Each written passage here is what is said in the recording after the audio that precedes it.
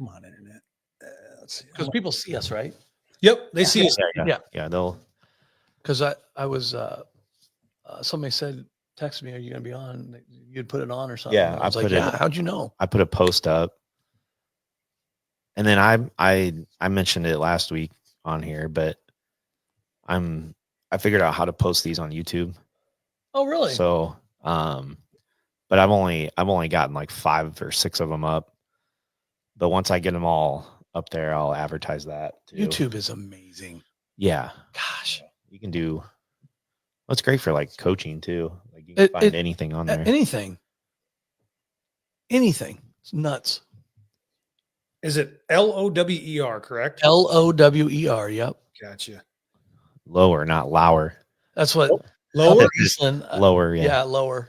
Up at Eastland, they're like referees Patrick Lauer. That's lower, but that's okay. Did you have in that shootout? We had Rockridge and Seneca, and Rockridge beat Seneca. And then earlier in the day, we had Pearl City up at Lena, Pearl City and Indian Creek. Okay. And Indian Creek won. Nice. Because Comanche was at the Eastland shootout. Yes, they were. They lost, I heard. Fulton did as well. Who did Comanche play? Do you know? Milledgeville.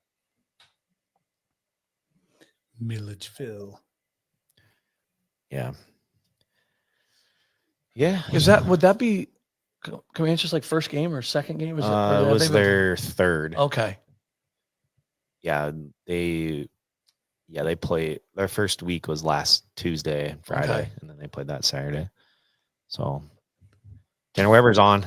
Let's do it. He's probably pumped by the Rams beating the Bills. Put my glasses on so I can read who's on. Well, you can't see who's on. Only if they comment. If they comment, yeah. Okay, I got you. But yeah, I forgot about that. All right, you ready? On there, yeah. You ready? All right, let's do it. Get it popping, baby. All right, this is Beyond the Scoreboard podcast, episode number 31. For us, we have before we get to our guests, as always, AdCraft, Fatly sponsors. They got some shirts and gear that repping our Beyond the Scoreboard. So if you need anything, let us know. We can hook you up. We do have a returning guest here. Coach Lower was a guest on episode number 2. He actually was our very first guest on our podcast. Oh, that's awesome. When we started this about a year ago. So yeah, we're almost to a year already. Crazy. But Coach Lower, I know back when he first came on, he gave a little introduction. I'll let him give another introduction for maybe some new listeners and some people that don't remember him. So Coach Lower, go ahead and introduce yourself a little bit here. Sure. First of all, thank you guys for having me because I absolutely love this kind of format. I love talking sports, and this is a blast and a very big honor for me. So I have been the head football coach at Fulton High School in Illinois for, I believe this was my 18th season as head coach, 26th overall. I was born and raised in Aledo, Illinois, went to college at Western Illinois and started coaching football at Western, not at Western, but while I was at Western, I would scout high school teams for my alma mater of Aledo High School. And then I just, like the 5th interview I went on to get a teaching job was Fulton, and I was able to get it, and I have never left since. Love this area, love the community of Fulton. And I also referee high school basketball. I did college basketball for about 10 years. So my winters are pretty busy, but I love this type of format, and I love high school sports in particular. And I, again, just am very honored to be here. Yeah. Great to have you back again. Heck yeah. So you probably, when you scouted back in college, you probably with the old, where you like would take the VHS to the other team. So did you have to do that? Well, when I scouted, I had VHS. I said, Stenda, that big, huge camera on your shoulder. Yeah. Right. Yeah. So I would hold that, and then I had like a 4-page thing to fill out for Coach McCarty, who was the head football coach at Aledo, Hall of Fame coach, by the way. And I would watch the game and record and all this. I'd go back home then, and I would rewatch what I put in on the film, and then I would take notes from that. And I would turn in usually about 7-page reports instead. Jeez. I loved it, every second of it. And the thing was, I would go like each year to like 6 or 7 games, and it was just for potential playoff opponents they might see. So I did like 30 some. Guess how many opponents of those that they played? 2. 1. So all the other ones you could just throw away, but Wow. I loved every second of it. Yeah. And it really made you understand and appreciated what scouts do and what the lower level coaches do. And again, I loved every second of it. So I've been part of a high school football season, really as a manager in 6th grade for our middle school since like 1987. I've been part of a Right. football season ever since. So I love it. So Yeah. as the head coach, Yeah. or quit. No, you're good. I just said I was 2 years old. in Oh, 1987. you just little baby then, huh? Yeah, yeah. So did like now, being the head coach, you designate guys from the lower level to go and do the scouting and stuff for you during the week, or how do you do that? So now with Huddle, and it's just a click of a button to get a film from another coach or another team. So we don't really have to send scouts out anymore. But when I first got to Fulton and I was coaching under Hall of Fame coach Jim Proud, we would send scouts, especially in the playoffs, to teams, and they would bring back the videos, and we'd have to transfer them from VHS to CDs or whatever DVDs, DVD. probably, yeah, Sorry, yeah. and that was a whole process. But the advent of Huddle and those types of scouting services on the internet have tremendously helped save time for coaches, and it's just a click of a button. So we don't have to designate scouts anymore. But that's what back in the day, that's what lower level coaches were expected to do. Sure. Yeah, that's got to cut down a lot. Absolutely. In general, just technology advances. Yeah, because even like when we were in the playoffs back before I became head coach and the internet, basically, you would drive to your next playoff opponent, you would meet halfway and you would exchange 2 VHS tapes with them. And it wasted, 5 hours sometimes on a weekend. But I mean, you were honestly happy to do it because you're in the playoffs. Yeah. But it was very time consuming. Sure. Yeah, the Huddle thing's crazy now. There's this Huddle assist thing you can do, and they break down your film, and you can get all the tendencies of your film. Do you have that on your sidelines? We do, yeah. And do you use it? When it works, yeah. Okay, so we have gotten ours to work very well. And this past year, and I'm not very good at it, obviously.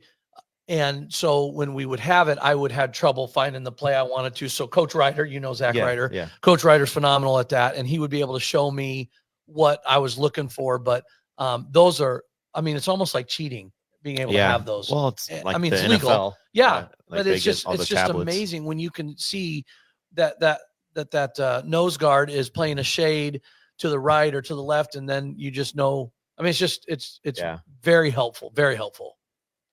Yeah. Technology's great when it works. When it works, that's right. Yeah, we just got that going this year, really. For sure we got it. I love it. Yeah. But I don't know how to set it up and I don't know how to use it. So yeah. That's not good. I got to get better at that. We always got to get better, right? Yeah. I got to get better at that. I got a young staff that helps with a lot of that. Coach Mulholland hooks that up for us pretty good, and Coach Smith, but and Coach Beal, they know what they're doing with that. But so staying on the football here, first question, I was just going to have you give a quick recap of your football season this past year. I know it's been over for a little bit now, but go ahead and give us a quick recap of your season. You don't have to go into each game, but sure. But yeah, and then kind of what you got coming back for next year. Well, we've got a pretty good nucleus coming back. We were hit with the injury bug a little bit this year, and not so much, bumps and bruises and an ankle sprain or something. We had some pretty bad ones. Landon Liu, our junior wide receiver, 6'4" wide receiver, week 2, broke his ankle and it was dislocated. It was kind of like Dak Prescott's. Yeah. And that was up at Lena Winslow. So he spent the whole weekend in Madison, Wisconsin at the hospitals. He's had surgery. He's a very good basketball player for Fulton High, and we're hoping that he's going to be back by Christmas time or maybe right there after Christmas. And then we had our Josiah Heald, who was a very good offensive and defensive lineman. He missed a game with a bad shoulder and knee. And then Dom Kramer, who is a 3-year, 3-sport starter. He tore his ACL week 6. So that hurt us. But I thought overall, we finished 4-5 and we were out of the playoffs. But I was I was happy with the way we finished, because at one point this year we were 2-5, Sure. and we haven't been in that spot in quite a few years. I want to say 9 straight years we've made the playoffs, and in those 9 years we've made 3 trips to the quarterfinals. So we've had some decent success over the last several years, and to be in that spot a lot of times. And I told the players, a lot of times coaches will start cutting down practice because, what does it matter? We're not in the playoffs and this and that, and start, getting away from fundamentals and playing games at practice and all that. And I told our kids when we were 2-5, we're not going to do that. We're going to treat these games that we have left with respect. And we were able to beat Knoxville and beat rival Morrison for the wooden shoe, and in pretty dominating fashion. And I was very, very happy and pleased and proud of the way we finished the season to go 4-5. So we can hang our hats on that. Every opponent that beat us was a playoff team. And again, I don't know how many of the listeners here know of our conference, the NUIC, in Illinois, but I would say it's the toughest 1A conference, 2A conference in the state. And I don't think really there's any question about that. So if you can make the playoffs in our conference, you've done a really good thing and had a great season, and you're prepared for everything you're going to see in the playoffs. But overall, a good year. Disappointed we didn't make the playoffs, but proud of our kids. I thought they fought real hard all the way through. Yeah, let's talk about the injury thing real quick, because I think a lot of people, and coaching at a small schools, a lot of people don't understand how important it is for a small school to stay healthy. And especially, you lost your quarterback and you're probably your best receiver, right? And then when you everyone's always next man up, but sometimes that next man up isn't the next man up. You know what I mean? So like it's not the NFL or a college, where the guys are just. And I think too, I'm sorry, you're good. I'm sorry. No, you're good. But like for, let's say Dom Kramer, our quarterback, we lose our quarterback, we lose our outside linebacker. He was our punter at the time. And then, he's kind of your best defensive player. So you're putting him different places, this and that. Landon Liu was one of our better defensive backs, blah, blah, blah. But like you said, then you got to play your backups. And I will give Braden Myers a ton of credit. He was our backup quarterback, and I did not give him a lot of reps. One, I didn't feel like he needed him because he's a very smart kid anyway. And that proved to be true. But I didn't know how he would be in the passing game. And all he did in not quite 3 games, he threw for almost 700 yards, 11 touchdowns, I think only 2 interceptions. And he was, the offense ran really well through him as well. So in a way, we found out next year coming in that Braden's going to be just fine. Right. So that was kind of a good thing from a bad situation, but that doesn't always happen. That's for sure. Right. Like, what do you like? You said you're 1A or 2A? We're 1A. Yeah. So what do you have? Like, what's your varsity roster total numbers? So we have about 60 in the program, and then varsity roster of juniors and seniors, we're usually at about the mid 20s to high 20s. And then because we only play 1 game on a Friday night, it's just a varsity game. So then we will dress either all the sophomores or the ones that we're going to use in the special teams on that. So we usually dress about 35 to 40 kids on a Friday night. Do you? Yeah. And some of them don't see the field, but a lot of them, of the younger kids are on a special team here or there, because we just try to get as many guys on the field within reason. Because, at the varsity level, we're trying to win every game. And then a lot of those kids that dress on Fridays, they'll play in the JV game on Monday. So they'll get their work in there. That's interesting.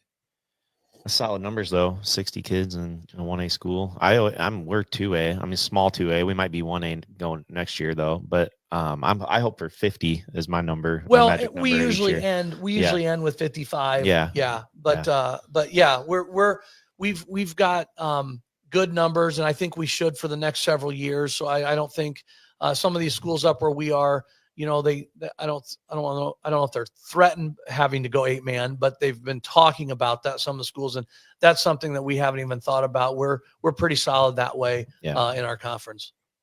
So for like both of you guys being smaller schools, back to the injury thing, because Coach Coy, you brought up a good point. So, and how do I word this? So if you do lose, like, let's say your stud quarterback or your running back, or like in your case, coach, or your wide receiver. I mean, do you have guys that can step in and fill those shoes that can still make you competitive on the field? Or is it one of those like the doomsday, like we just lost our quarterback for the whole year. We don't have a guy that, can keep us competitive, for the rest of the season. Being a small school, you don't have 2 or 3 people playing from behind. Yeah, I mean, yeah, a lot of it depends on the year. There's some years where you might have a solid backup, at spots, but then there's some years where you're going into it and you're thinking, man, if our quarterback goes down, we're in trouble, type thing. But the part of it is it's hard because like practice time, I always think is just limited. So you always want to give your number one guy the most reps. And then sometimes you don't have enough guys to get all the number 2s reps, or you're only getting that number 2 quarterback maybe 5 reps in a practice. And then I'm bad at it. I'm always like, God, I got to get our backup more reps. But I'm so focused on what we have to do with our number 1s that I a lot of times forget what we have to do to prepare other guys. But yeah, I mean, it's hard. I don't know if I'm answering the question or if I feel like I'm kind of avoiding it right now, Stenda, but it really kind of depends on the personnel and the year that you have, especially at a small school, because there's going to be years where you have guys that can back it up, and there's going to be years where you might have to completely change your whole schemes and offense because of a guy getting injured. And then literally one guy can make a huge difference on a 1A, 2A school for sure. Right. And like you were talking, because that wide receiver is a defensive back, and then he's your up guy on the punt team, or he's your bullet on the punt team, or whatever, or your return guy. And that's the hard part. But I think, and it also kind of happens it depends on when the injury happens. If it happens later in the game and you can get by that, and then you have a whole week to prepare. But if it happens early in the game, like with our quarterback, he went down mid or very early in the second quarter, like the third play of the second quarter. And now you're really kind of going on the fly. But again, if you got the right kids and you got kids that are paying attention, all that, it can be fairly smooth. But one thing we do at Fulton, I'm sure Coach Coit does too, is we game plan very hard every week for our opponent, but we also game plan for our team. So when you see us from year to year, yes, we have 6 or 7 base runs and 6 or 7 base passing concepts, but we will change formations and use motions based on what we have athletically and what we have ability wise. We're not just going to be, this is what we're running with with whoever we have, and we're either going to win or not. We try to really do that and really prepare, we feel, the right way, because our Sunday mornings are long and it takes a long time, but usually we can be pretty smooth on Friday night because of it. Yeah. Sure. Did we answer your question, Stenda, or not? Oh yeah. No, I just was curious because, I think back to when I was playing, probably varsity wise, I think my senior year, we had probably 55 on just varsity, alone. So, I mean, there were 2 or probably third string, know, I think, I remember like my junior year, he was a first team all conference guard. He went down, and there was a guy that stepped in that probably was all conference, I don't think he made all conference, but he stepped in like game number 2. And I mean, really played well. But I always kind of wonder with those small schools, like, what do you do when you lose like a good lineman, or like you said, a linebacker, or like you're saying, your wide receiver is also a defensive back starting both ways. What holes does that leave? I mean, because like a lot of those kids probably maybe that are playing behind those number 1s, they, like you said, don't get a lot of reps. Yeah. And I think too, a lot of times the small school coaches are some of the more imaginative ones. Is that the right word? Imaginative? You have the best imagination, or they can, I'm not saying they're better, but they can see a player in different ways, because I was fortunate enough this last summer, I coached the Shrine Game All-Star game with a bunch of high school seniors. And I think on our squad, there was 40 some players.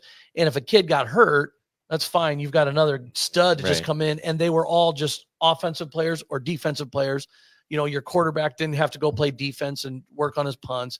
And not that it's easier, but it's less stressful coaching with when you have multiple players at the positions and you only have to worry about offense, right. And so I think the small school coaches work, I don't want to say work harder, but they have to be creative. Sure. Well, and I mean, I've used this, I probably have used this example on here too, but like you also sometimes have to move kids to different positions at a small school that maybe never played that position, or, Yeah. I always use this example with Mike Delzell. As a sophomore, he was our starting center at the varsity level. And then the next season he was our quarterback, and he was an all-state quarterback as a junior.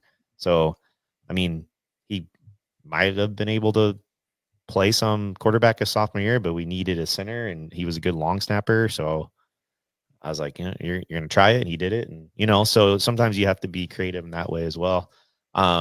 We were on our third string long snapper this year. That's never happened to me before. That's incredible that you have 3 guys that can do that. It is. Wow. But so our main long snapper broke his hand after week 2. And then our backup long snapper, we find out like Friday morning that he has to get a cast on his hand. So then I'm like, well, what do we do here? And it just so happened I brought up a sophomore that week, and he was one of the JV long snappers. So I tell him before the game, we go, hey, you're long snapping tonight. See, you're creative. And, so I mean, you just worked out, and he ended up long snapping for us the rest of the year. But yeah, it's crazy. Crazy. All right. So I have a question here that I want to ask. I want to ask Coach Lower and Stenda. I know Stenda. So we here's the question, Coach Lower. Okay. It's kind of, so if you could change, and this could be from your coaching, okay, or this could be from like your, like watching your favorite team. Yeah. You can pick one or the other. Yep. So if you could change like a call or the outcome of any game that either you've coached in or a team, the Cowboys, for instance, what would it be? What would the call be that you would change, or what would the outcome be that you would change, and why? Okay. So as a player at Aledo High School, we lost our semifinal game at Coal City 20-19. And so I would change the outcome of that. Okay. Or what I don't even have to change the outcome. I just want to play them again. Gotcha. I would love to go back in time and play them again, because I felt we were the better team. I think our whole team thought that. We did not play well that day. That would be that. And then as a coach, it's very easy for me. I would change my first year as head coach in 2007. I don't remember what week it was. We played Bureau Valley, and it was overtime. We went to overtime, and they were a very good team, and we were okay. We were pretty good. And they scored on like their second play, so we had to score. Yeah. And we take first down, we run something, I don't remember. Second down, we run a little 5-yard out, and we get to like the 4-yard line. Third down, we run Georgia Tech counter tray with the quarterback, Evan Banks, who was a stud, and he gets down to the 1. And I still think about this when I'm on the track, sometimes when I'm running or walking on the track, or sometimes when I'm on that spot of the field. And this is 18 years later. 4th down, we call timeout. And what I should have run was I should have gone trio right and run our 60 series sprint out, because Banks was such a runner. He could have probably just ran it in, or we had, I thought, good routes to get open. But I ran the same play 2 times in a row. Yeah. And I think it's because I was young and I thought, oh, we can get it. And It's 1 yard. It's 1 yard. Yeah. And I think we should have spread them out and ran I would have ran 62. And you remember what that is? Was that the like Welker route, or the? I don't know. Well, it's the outside guy goes to the corner of the end zone. Middle guy runs the whip. Whip. And the third guy runs the arrow. Yeah. And I mean, one of those 2 guys usually open. And then again, Evan could have ran. We would have sealed the edge. Oh, that still drives me crazy, because that would have gotten us 7-2 on the year instead of 6-3. And we probably wouldn't have had to go to Newman week 1. Yeah. But anyway, those are the 2 those. And then in the NFL, I love the Cowboys, live or die with them. There's so many things I would probably change over the years. Probably going back to when I was really young in the catch, because that kind of started the downfall of the Cowboys and the rise of the Niners in the 80s. Gotcha. A lot of people on here probably don't even know what that is. Dwight Clark. No, I'm saying listeners, maybe younger listeners. Oh, Cowboys. Stenda, you got anything? I would say playing. I'm going back to the same year Coach Lower. When I was a player, it would have been 2006. We were playing at Pleasant Valley, and it was 16-14, and we're on about the 1.5 yard line. And we have a 6 foot, 200-pound first team All-State running back, Tony Bassett, who played Division I, he'd either run you over, he could do anything. And they call a sprint right. This is a sprint. And, you just step, let him cross your face, ride him out. And our quarterback literally is running to the sideline and basically just has to run out of bounds. He's just sprinting for his life when he could have just handed the ball to Tony Bassett.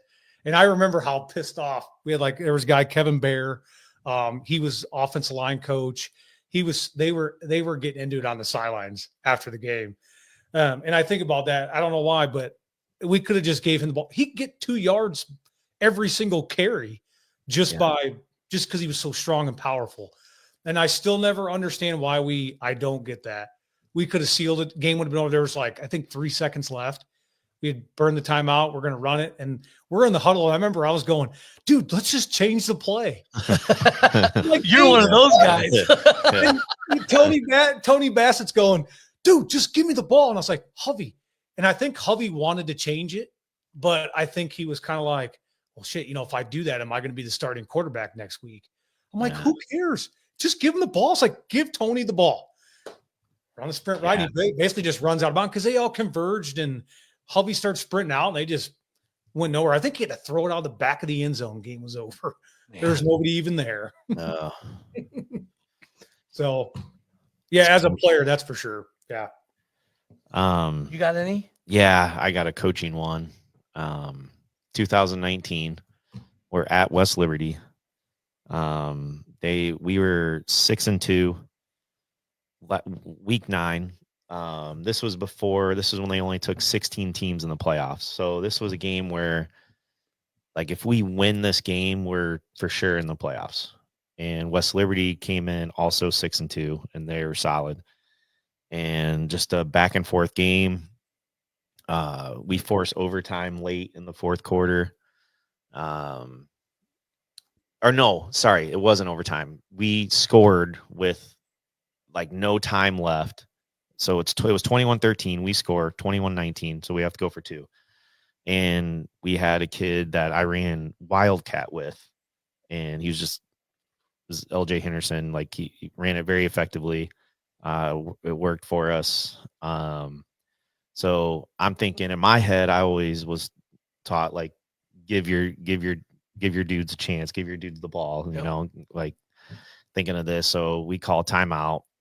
I call our Wildcat play, and we'd ran it in that game before, so they know what's coming on, and we didn't have a ton of options out of it.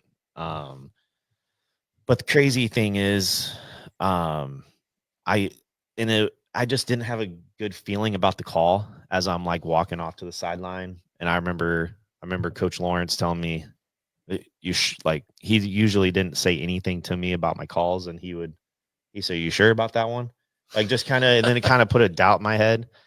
And we had a timeout, and I'm right before we snap it, I was going to call a timeout, didn't call a timeout. They stuff it.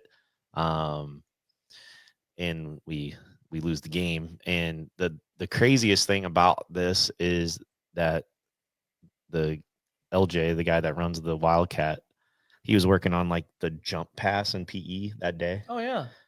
And in the back of my mind, I'm like, God, that might work. But I'm a guy that if you've never practiced it, I don't want to run it because I just didn't. But that play looks easy, but it's hard. Yeah. And so we lost that game and went 6-3, did not make the playoffs. We would have won that game. We were probably in. West Liberty ended up winning, I think, 2-1. I know they won at least one playoff game, and I felt like we were a little better than they were. So, that one always comes back to haunt me. coaches even give me some crap about that call still to this day, 5 years, 6 years later. But You said LJ Henderson. Yeah. Is he the one that had that dunk at the Ottens? Yes. Yes. Man, was that Yeah. against Indian Creek? That was Indian Creek. Yeah. Yeah. That was a great game. That was a great game. That was Yeah. a great dunk. That was a great high school dunk. Yeah. That was awesome. Yeah. Yeah. Sorry. That when was you a said great that dunk. name, Yeah. that's all I thought Yeah. about for a couple seconds. Yeah, he was a stud on the football field Yeah. too. But yeah, that'd be mine. I'd still one of those bad calls you make, But didn't the next year you go to the semifinals? Yes. Okay. Yes, we So did. that was Yeah. pretty good. Yeah. Pretty good. Yeah. I'll take that. Yeah. Well, like, what do you guys? I mean, in your guys' position at that varsity level, you call the play and it works. You're a hero. You're the god. Yeah. Right? And I get that. I mean, I feel like that's just like the gamble of sports in general. Like, you think that's what they hire you, right? You're the head coach because you're the head honcho that you can't get. You wish every play was going to work, and at the end of the day, there, I mean, it's like, yeah, if it works, you guys are gods. If it doesn't, well, what's he doing? Yeah. It's like, well, Yeah. Well, an example of that, of the opposite way, is we had on our first game of the year, we played Forston, and they're perennially a very good team. And we have a 4th and maybe 6 from like the 20-yard line going in. And for some reason, I call a rollout, and we're on the right hash. I call a rollout to the right, and I had trio, so we had trips or 3 receivers to the right in 17 yards is all. And I roll us out to the right. And I even remember when we broke the huddle, I'm like, why did I call this? Like, I don't know. Yeah. Well, our quarterback rolls to the right, has nowhere to go because the sidelines are there. He just cuts it back and goes and scores. Now I look smart, but Yeah. but it was a horrible call. I mean, horrible call. And he made me look really smart. So it kind of goes both ways, but we don't make all the right calls. That's for sure. No. Players make plays. Yep. 100%. Yeah. I messed that one up. Comments here quick. My wife says to lower your master's in technology didn't cover huddle. I read that. He's got a master's in technology and can't figure out how to work huddle. Yeah. And John Widener, who we both coached. He said nobody going to talk about 2012 week 1 at Erie, not kicking it deep. Would love to have that one back. I remember that. John Widener, you're listening and you're exactly right. And I will tell you exactly why we did kick it deep. We felt, and I think he knows this. We've talked several times. We felt on that play because we had just taken the lead. I don't know, a minute left. Yeah. We had kicked it deep the whole night. And I think their best field position on that was like the 20, not quite the 30-yard line. So we were covering it really well. Well, that particular kick, we didn't cover it well, and they ran it back, and we drove at the end to try to get something, and we drove a little bit, but we didn't get it. But that's a tough one for Widener, I know, because that year we went 4-5. If we go 5-4, we're in the playoffs. And John Widener, you're exactly right. That's a tough call. You're right.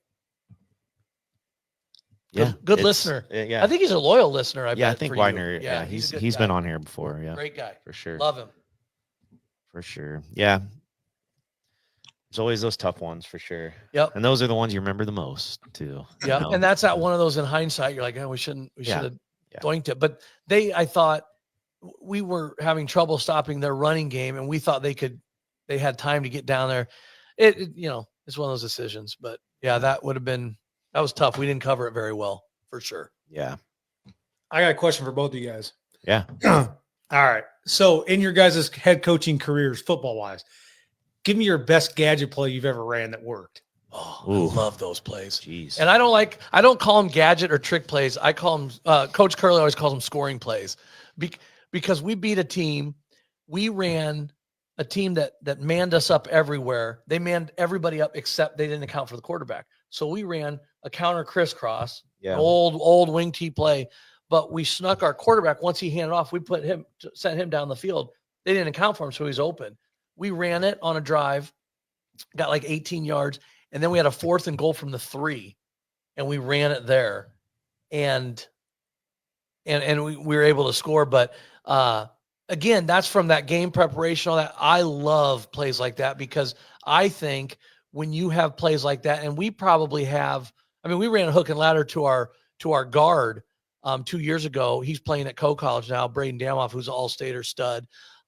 We practiced it and finally ran. But I love running those, and I'll have even not fans, but dads or people around town send me something they see on Twitter, like, hey, this would be cool to see, because we're kind of known for being a team that will do anything, Go ahead. I'm sorry. No, you're good.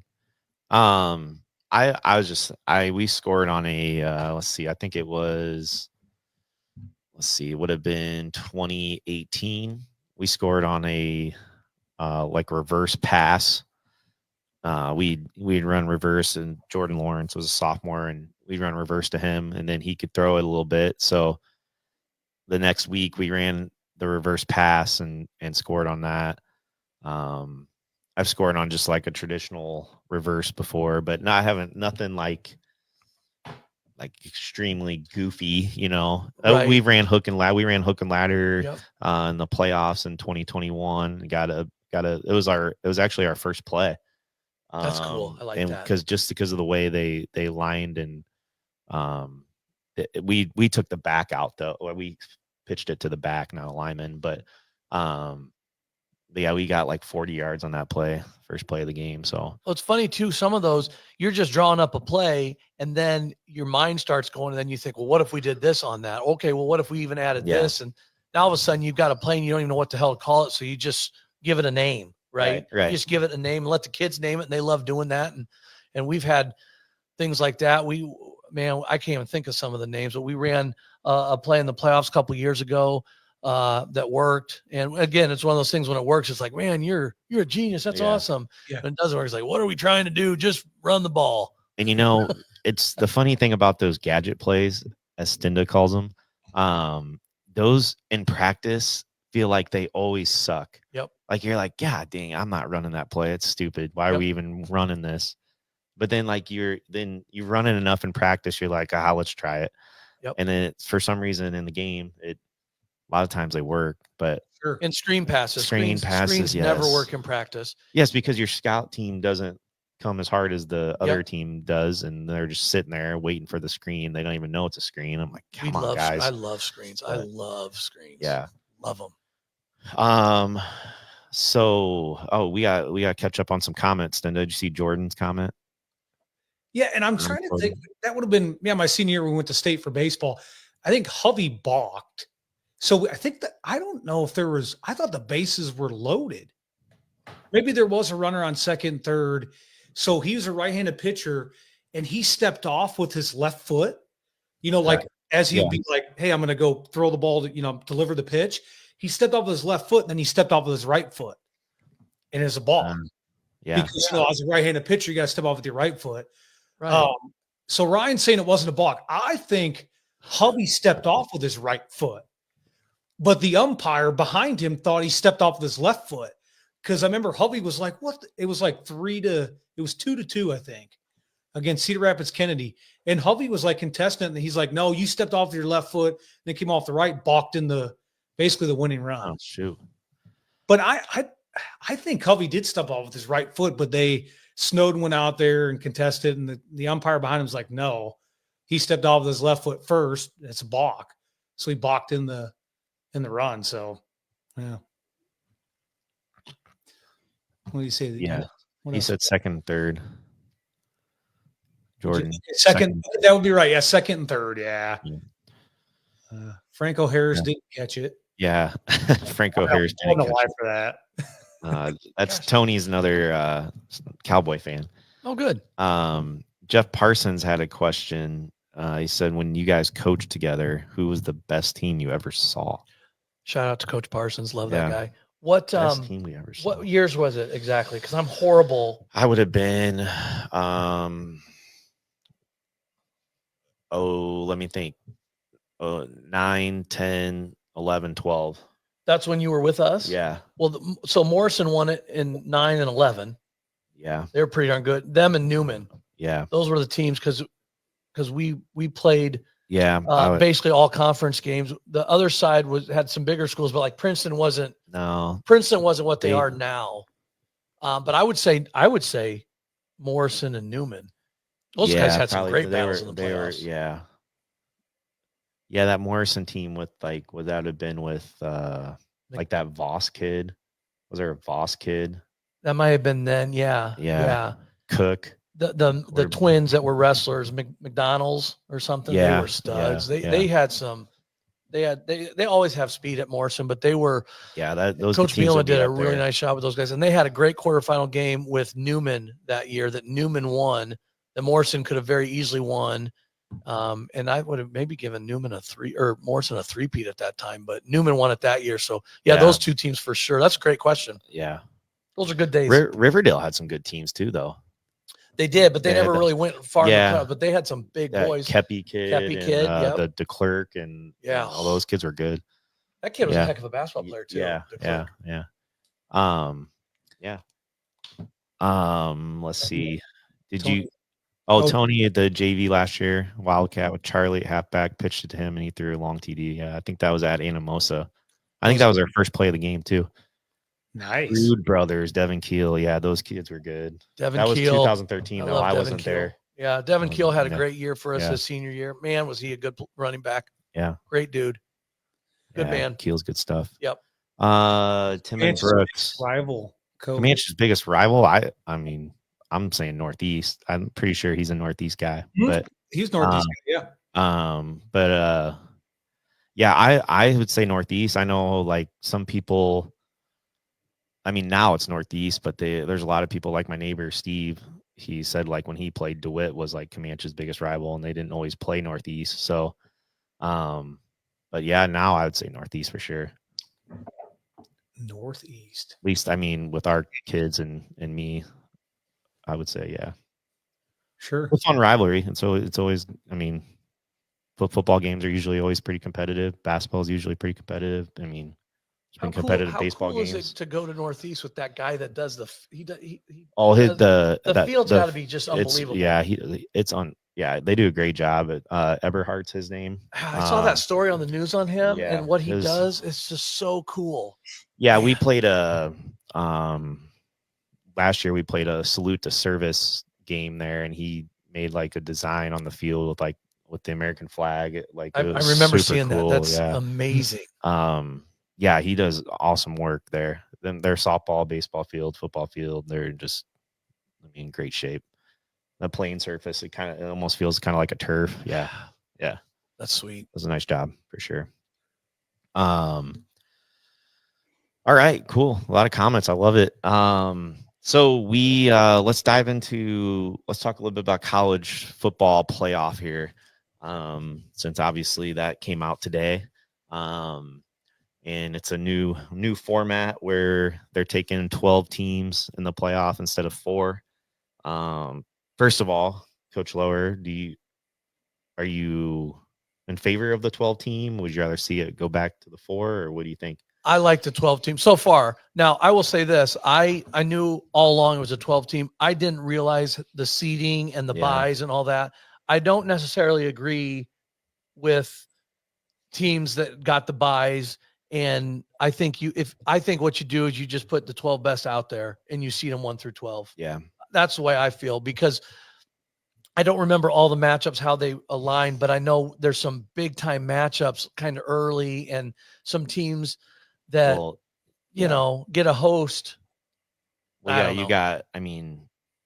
I think it needs tweaking and all that, but and maybe even go to a 16 team, but I think it's neat. I always thought the 4 was, I didn't like the 4. I like that it's 12 more teams in it. And even I watched the show with my son today, and it's a lot like the NCAA show. And it's kind of neat. And there's always going to be a team. Like if you go 16, there's that number 17 team's going to have a gripe why they didn't get in and all that. But I do like that they expanded it. I think that's kind of cool.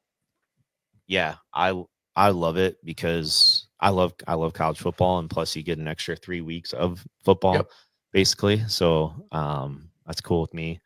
I don't know if I am 100% fan of how the buys work. Yeah. Because I mean, if you look at it, like Arizona State, Boise State are getting buys. I know they won their conference championship games. But is Boise State better than Tennessee and Ohio State and Penn State and Texas? Like, I mean, maybe, but time will tell, I guess. But if you look at like Oregon, they're the number 1 seed, and they have to play the winner of Ohio State and Tennessee. Right. I know. They're the 8 and 9. And then you look at Georgia, who's the 2, and they play the winner of Notre Dame, Indiana. Who's the 5-12 game? That's Texas, Clemson. Okay, so you think Texas would probably win that? You would think. And then they get to go to Arizona State, which I would think will handle. I don't know. I would think they would beat them. They almost, as a 5 seed, have an easier route than some of these other teams. And so I don't know how fair the seeding is and all that, but I think if they kind of tweak that and they give buys to what they feel is the 4 best teams, strength of schedule, all that kind of stuff. There's so many different criteria and what ifs that you're never going to have 100% of the people saying that, hey, they got it right. But I thought they did okay, Yeah. I mean, really, Alabama and Miami being left out was a little bit of they had 3 losses, Alabama, but do you think if SMU ends up getting beat by 17, I don't think they're in. Exactly. And then if Clemson loses, I don't think Clemson's in. So then SMU would be in, but then Alabama would have been because Clemson's out, right? Right. So it's crazy. And then they were talking about how people are being punished for playing in the championship game or whatnot. And I don't know. I mean, Alabama not in is crazy to think about. Yeah. I mean, when you think they're going to go to 12 teams, well, you think Alabama will, heck, they always will be in. Right. And they're out. But again, they stubbed their toe twice with some pretty bad losses there. So I don't know the answer, but it sure sparks a lot of controversy, a lot of talking, and more teams having, can get in an opportunity. And like you said, that's just for us fans, that's more games. And I think it's neat that some of these first round games will be at home for some teams. And that's pretty special for sure. Are just the first round are home? Yes. Is that right? Then the rest are bowl games. Okay. Yep. Yeah. Can't remember how that was. Stenda, what are your thoughts on it? Dude, I tell you what, once I got that Fire Stick, I thought I still cannot. I've never been able to get into college football. Really? And you know what? I think it's always because I watched the Hawkeyes. That's all I'd ever see on TV. And I just always thought they were god awful. Like I hated watching what what they did offensively. And then it was like run passes. Like, okay, they played cover 2 zone, so I could never get into it. I tried to watch a few games this year. West Virginia, I used to watch them when I was younger, being from out east, but I just can't. I've never gotten into it. I would say I prefer the NFL game, but I do like college football a lot. And again, Illinois and I'm a big Illinois guy. They had a heck of a year this year. And I said to my son after that show, you think Illinois would have been, you think they were like, if they would have kept with the 13 and 4, the first team out, second team out, you think Illinois would have been like 18 or 20, or do you think they would have been in the mid-20s ranking wise? Because they had 3 good wins over top 25 teams at the time. At the time, and they're only 2 of their losses were to teams that are in the tournament. Right. So, and they were both on the road. So I don't know. I think it's neat. If Illinois would have beat Minnesota, that's the they'd one. have been 10-2. I mean, 2 really good losses. They could have been in. It could have been. Yeah. But hey, they're getting close. That's it. Close. Coach Bielema's doing a great job. Yeah. Heck yeah. I'm gonna. You got any other comments on that, Stenda? No. I'm glad you put it on there because I feel like maybe we kind of neglect that sometimes. But I wish I could get into it. I just every time I turn it on Saturdays, I have games on there, but I'm like usually just drinking beer and on my phone. I'm like, I look at the game, like, all right, it's cool. NFL, I'm glued to it, but the college, I don't know. I could be an Illinois fan, I guess. There you go. You could. Come on over, man. I'll tell you this: you never have to worry about me being a Hawkeye fan ever. Me either. A million years. Me either. By the way, this Saturday, Illinois hosts number 1 Tennessee. Yes. My son and I are going to that basketball game. Nice. Yeah, because I got to be down there in Champaign. So that'll be fun. That'll be a blast. That's Saturday. Yes. Yeah. They stubbed their toe at Northwestern. Did you watch that? Yeah, we did watch that. Man. Yeah. Oh, you got to win those games. I like Illinois basketball. I know I'm getting off topic. I'm sorry, but I think they're going to be pretty good by the end of the year. Hey, I remember old Kendall Gill. Heck yeah. Speaking of Kendall Gill, his son's coming to the Eric Cotton shootout. Coach Parsons did a great job getting another great, stellar group of teams coming in. Kendall Gill's son, who is a commit to Northwestern. Okay. Not Illinois. He will be there. Awesome. At the Eric Cotton shootout. Be in Fulton, Illinois. Yep. That's sweet. Dude, he was check that out. Gill, who do you play for the Nets?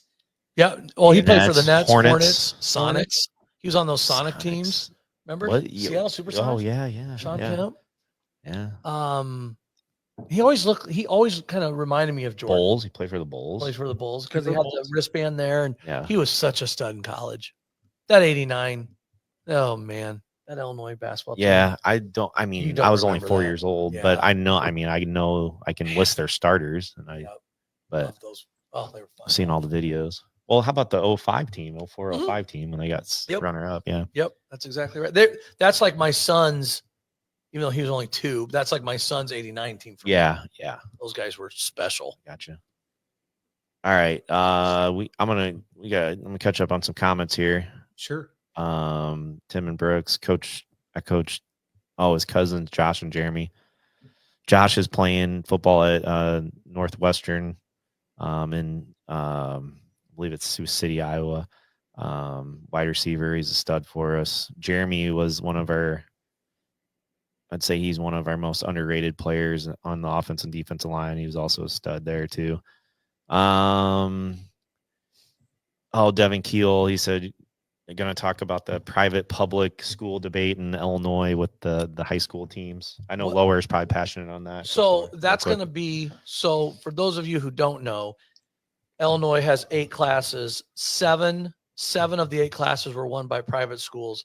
And it's a big debate. And I'm on the advisory committee. And we have a meeting Thursday. So what do you think we're going to probably talk about down there? Private focus. Right. And the multiplier and there's a waiver. I don't really even understand a lot of it because it hasn't really affected us, but did you watch the 1A game? Cause you texted me. I did watch the 1A game. Yes. Lena Winslow, for us Illinoisans, Lena Winslow is the best 1A team in the last 15 years by far. I believe 6 state titles. They've been to the state championship game 2 other times and dominated virtually everybody. And they couldn't do anything against Althoff. And Althoff had 3 dudes, one going to Oregon, one going to Missouri, and one going to Boston College, I believe. And it was crazy. And real quick, one of those players was at Althoff all 4 years. Oh, wow. Yeah. So that's definitely a debate. And that's something that will be coming up. And I think there'll be some change as early as next season in some sort of fashion. I don't know exactly what, but that's above my pay grade. That's for sure. So explain how the multiplier works in football in Illinois. Well, or do you know? I will be honest. The way I remember it working, because it really didn't come into play for us being a 1A team now, because the multiplier, basically what it did at the time, and there'll probably be people on here correcting me, but at the time it was basically, if you were a private school, you took your enrollment and you multiplied it by 1.65. So that gave you a new enrollment. So I don't know the numbers here, but if you had, 175 kids and you took a 1.65, and now instead of you being classified as a school of 175, now you're classified as a school of like 325. I don't know if the math even works out that way, but that would put you from 1A to 2A, with that multiplier to kind of even the playing field, because these teams that get to go out and get whoever they want, or however they do it. I don't even know exactly how they do it. But then it came across the last couple of years that they could get a waiver. These private schools could get a waiver, and they would not be enforcing the multiplier on them. Then there was a success factor. If you've won, if you haven't won this many playoff games in this many years, you don't have the multiplier.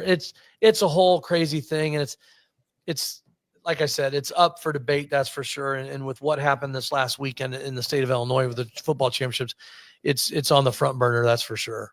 It's wild. Yeah. Is that a big problem in Iowa? Not really. I mean, a lot of the I mean, there are private schools that do well, yeah. But the thing with Iowa is we have open enrollment. Yeah. So well, like see, I that's mean, yeah, it's I yeah. mean, it's not really a private public thing, you know, like you could That's a kid could live in Comanche and go to Davenport North if they wanted, you know. Sure. They'd have to get approved by Davenport North, but I mean, Yeah, we don't have anybody that does that. But we had I think it was last year, year before, we had some like Pleasant Valley kids come to Comanche. Huh. So I mean, it happens. Yeah. But yeah, it's a little different because it's yeah, and then we got like Dubuque Wahlert, as Tony Stone said. I mean, I know we had a former Comanche kid who's Baylor Krieger. He's at DeWitt now, coaching and teaching. He student taught at Wahlert, and I remember him telling me, it's like, yeah, you go through the parking lot and there'd be Wisconsin plates, Illinois plates, and you know, he's like, that's weird. He goes, and they were in the student parking lot, not the teacher parking lot, you know. So I'm like, yeah, all right, yeah. Whatever. But yeah, it's one of those things for sure. Let's see. I can catch up with some other comments. Tanner Weber said, well, there'll be 2 conferences in the near future, so you don't have to worry about all that with the playoff. Probably onto something there. Tony doesn't like that Indiana's so low. Their strength schedule wasn't great, but I like that coach. He's a pretty confident guy. I think he's funny because he's kind of cocky and arrogant, but it doesn't like it kind of comes across like that, but it just also comes across like he's just stating facts. Yeah. I think he's a pretty funny guy. I like him. Yeah. And obviously a pretty decent coach. Yeah. I'm not sure what Ryan Jordan's asking. He said no even UD, or is that, do you know, Stenda? I don't know what he's even talking about. Probably a playoff team, but I might have missed that. But and then Brandon Dierks, it's good one. You bet. So he's got tickets for Duke and Illinois at the Garden. That'd be cool. Yeah. And then Tanner, getting some NIL money would be nice coming in. Maybe Stenda can donate for us and help us out there too. Hey man, I got some dough. Some dough in the bank. I'll hook you up. All right. Stenda, should we get into our NFL talk, our teams there, or let's and you want to go? What are you thinking? Well, I think we got to start with the Bears, man. Okay. Yeah, I watched that today. Oh boy, man. Come on, give me your thoughts. Well, I wasn't super confident going in. I know the 49ers were 5-7 going in, but they've been pretty banged up this year, and they still have some quality players. So I wasn't. Their 5-7 is different than the Cowboys 5-7. Yeah. So I mean, agree. I don't know. I wasn't super confident going in, but I was thinking, they fired Eberflus. Thinking I didn't think many of the players really wanted to keep Eberflus, so I was thinking maybe they're going to come out with like kind of like, on fire, ready to go. And the 49ers just came out and that first drive just dominated, did whatever they wanted. Defense looked like they were, in concrete and slow. And then that first half offensive showing was just absolutely horrendous. I mean, Williams threw 10 yards. Yeah, he threw, I think, 8 passes in the first half for like, I don't know what it was, 20 yards or something like that. But yeah, it was not good. It was not good at all. I don't know. It's frustrating to watch for sure. And I don't know. My dad's probably listening, but I had an argument with him. I had an argument with him over text about Caleb Williams today. And like he's like, I don't think he's the answer and all this. I go, well, you got to give him a chance, okay? Because you got a rookie quarterback who is already on his second offensive coordinator, and it's going to be a third next year. Probably going to be a third, exactly. And his head coach gets fired midseason. He's been sacked the most times in the NFL.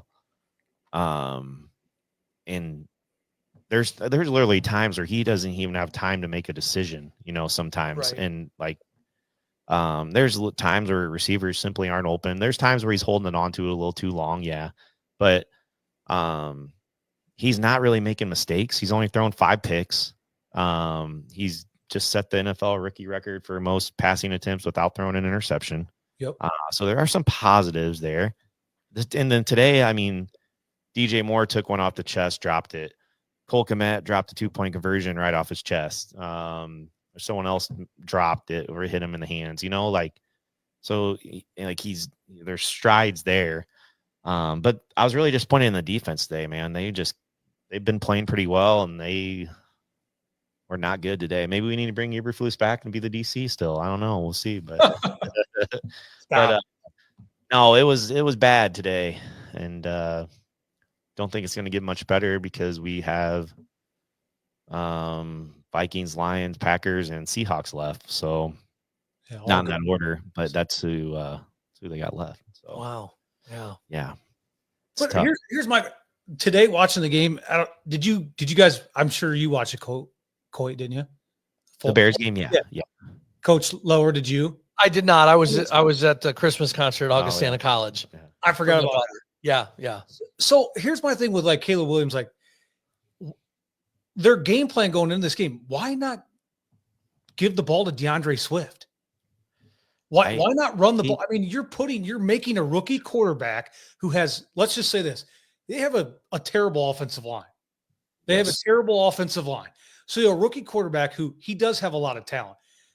Sometimes it's hard to tell because, like you said, he gets the snap in shotgun and he's got 3 guys rushing him. He can't even do anything. And you don't even try to say, hey, let's try to establish the run, kill the clock.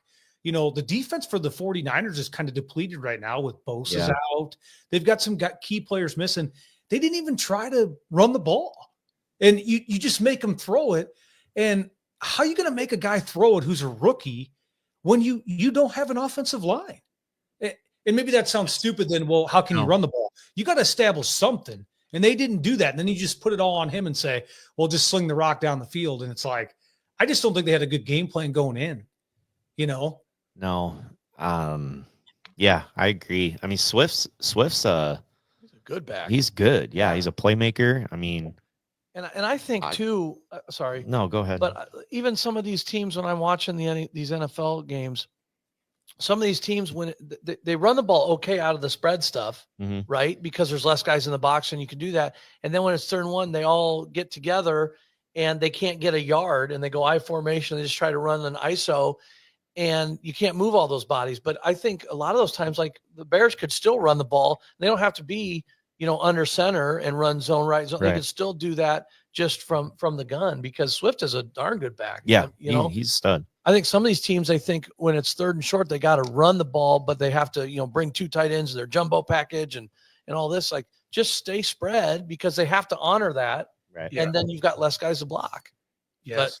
But it's overcoaching. It's too much. They're thinking too much. I mean, we're all guilty of it, but that's kind of how I feel on that running game. Cause I think you can still establish a running game. You don't have to look like a running team, but you can still run the ball. I like with some of these, and most of these NFL teams, they run those jets from underneath center. Those are tough to defend with the speed of these guys. And then once you do that, now you can run the backside pitch off of that, which is a great play.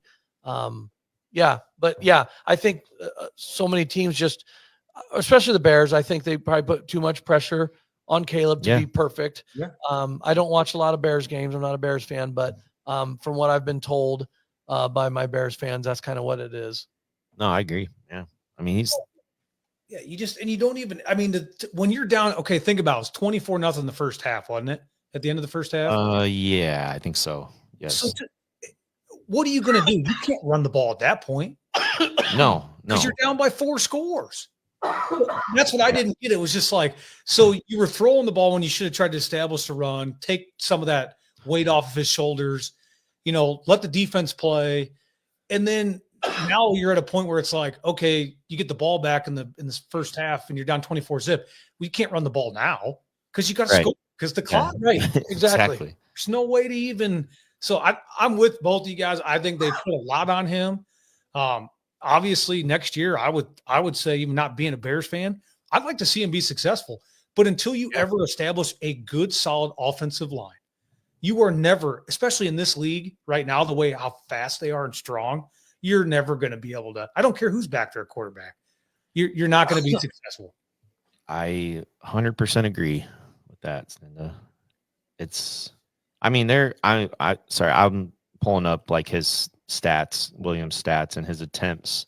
It's got to be tough to be a Bears fan, right? He threw the ball 52 times against the Colts. His third game ever. He's throwing the ball 41 times against Arizona, 47 against Minnesota, 39 against Detroit. And you're putting a lot of pressure on a rookie quarterback throwing that much with the offensive line that's trash. Oh God, they're terrible. Yeah, I mean, and he's still only thrown 5 interceptions. Yeah, I mean that's solid. Yep, for a rookie. Agreed. But Steelers got another dub, Stinda, with their 10-3. I don't like to say a lot. The only thing, did you see Pickens was out? He scratched him game time, hamstring. I'll tell you what. Did you hear Tony Romo? He says they're a legit Super Bowl contender. I would argue that. I think. Did you say they're 10-3? Are they 10-3? Yeah, 10-3. Yeah. I think they're really, really good. And I'll tell you what, I think Mike Tomlin is fantastic. Yeah. I love listening to that guy. I think they are just they just go about their business. And even though, was it last year where it was like, is he going to have another winning season or not? And he still gets it done. Yeah. You know, and even watching him on the latest, I was going to ask you if you watched the Hard Knocks thing with the whole AFC North. I think that's a cool. Yeah. Did you watch it last week? I haven't, no. And you get to see Tomlin kind of behind the scenes a little bit more. And he's just a matter of fact type of guy. And you talk about a leader. He's a leader. And they're just a tough, no nonsense type team. And as a Cowboys fan, I'm supposed to hate the Steelers, but I don't hate the Steelers. And I respect them. And I think Tomlin's a great coach. And I think they're pretty darn good. I think they can contend for sure. Yeah.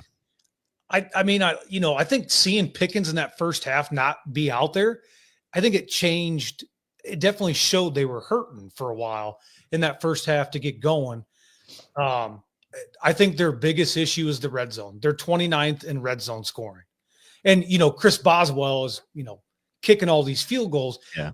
My biggest thing with them is when, say, we get to the playoffs, we'll just say we assume we get there and you got to play the Chiefs or the Bills, or you do get the Ravens, even though it's a divisional game, but you get them in the playoffs. Those red zone conversions, they can't be 3 points because you're not going to beat those teams off of field goals. I mean, you're going to beat the Browns, right? I mean, today, they did. I mean, they did punch in the red zone, but in the first half they didn't. And I just feel like, yes, they have a very good defense, but I still think that when it comes down to, one and done, I don't know if they'll be able to beat a team like the Chiefs or the Bills. I just don't know if they can. Yeah, those two teams are definitely elite, but I don't know. They're just tough. They're just that team that they don't get too caught up in anything.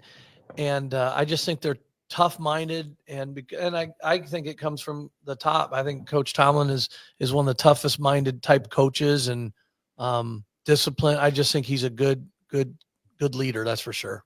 Yep. Well, I bash him sometimes, but I mean, he, when I say that, because I'm always negative. I never really see anything positive about him, but I don't know. We'll see. I mean, I'm happy 10-3, but we'll see what happens. If we do get to the playoffs, make a push. If we don't, then maybe I won't watch them next year. So you guys are making the playoffs. Playoffs. Yeah. well, the playoffs. I mean, what did you just said hopefully we make the playoffs. Like, come on. I hope we can just win it. What's that? What was that? Jim Mora? Yeah. Talking playoffs. I just can't hope win we a game. You can't win a game. Well, they could. You got to think about it. They got the Chiefs. They've got the Chiefs coming up. They've got the Eagles. They've got the Bengals and the Ravens. Yeah. They've already beat the Ravens and they beat the Bengals. But imagine if they drop to the Chiefs and the Eagles. They very well could easily drop those. You drop it to the Ravens and then you drop to the Bengals. I mean, I don't know. Yeah, that's a tough schedule. Yeah. So we'll see what happens, man. All right, should we get in on Lowers Cowboys here Oh quick? yeah, we got to save. Oh yeah, We got to. we don't have to waste time on No, that. no, we got that. No, we Hear your need this. thoughts. So I always say this. I love the Dallas Cowboys. I always have, and I always will, whether that's good or bad. I understand why people can't stand the Cowboys and love watching them. I totally get that. But I'm, like I said, I love them. And we talked about this before we went on. They're obviously not having a great year. They got off to a slow start. Dak goes down. I love Dak Prescott. Now, I've never said he's an elite quarterback. He's not that guy that's going to throw for 500 consistently and win you a ton of ball games with his arm, but he's good enough to get you to the Super Bowl. And I think he's good enough to win a Super Bowl, but he's got to have more of a complete team around him. He's got to have a running game.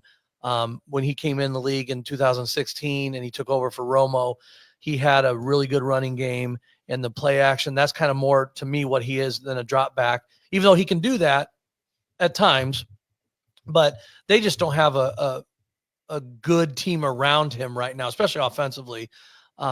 They have one receiver. They've got a pretty good tight end in Ferguson. Dowdle, the running back, is kind of coming into his own now that they've settled on him. And that was when you were talking about having a running game and you gotta give it a chance. I thought the same. I was thinking of the Cowboys with Dowdle.